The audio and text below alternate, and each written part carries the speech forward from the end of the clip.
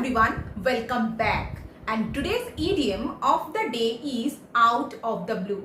It means when something happens suddenly or unexpectedly without any warning or sign. Out of the blue মানে হঠাৎ করে বা অপ্রত্যাশিতভাবে ঘটে যাওয়া কোনো একটা ঘটনা।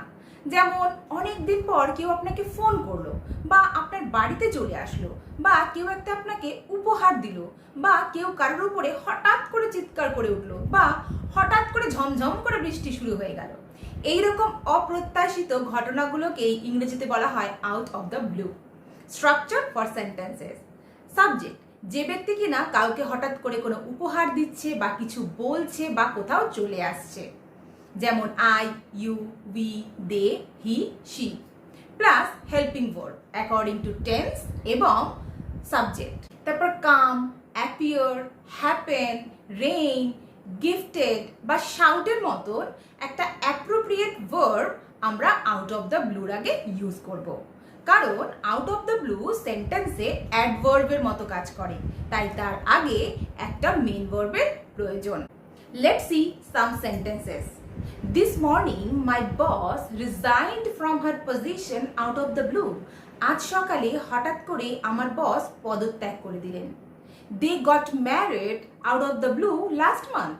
ওরা গত মাসে হঠাৎ করেই বিয়ে করে নিল। The shopkeeper offered us coffee out of the blue. দোকানদার হঠাৎ করে আমাদের কফি অফার করলো। My landlord appeared at the party out of the blue. আমার বাড়িওয়ালা হঠাৎ করে পার্টিতে চলে আসলো। She shouts at people out of the blue. সে হঠাৎ করে মানুষজনের উপরে চিৎকার করে ওঠে। They said something unusual out of the blue. তারা কিছু অস্বাভাবিক কথাবার্তা হঠাৎ করেই বলে উঠল।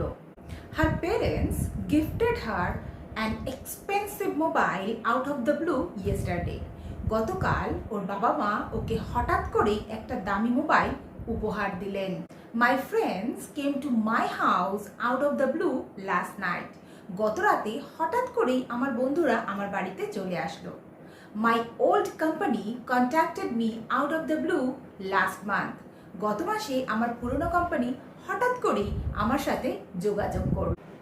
Our class teacher chose me as a class monitor out of the blue. আমাদের ক্লাস টিচার হঠাৎ করে আমার ক্লাস মনিটর হিসেবে বেছে নিলেন। Now it's your turn. Make a sentence using out of the blue and write it down in the comments.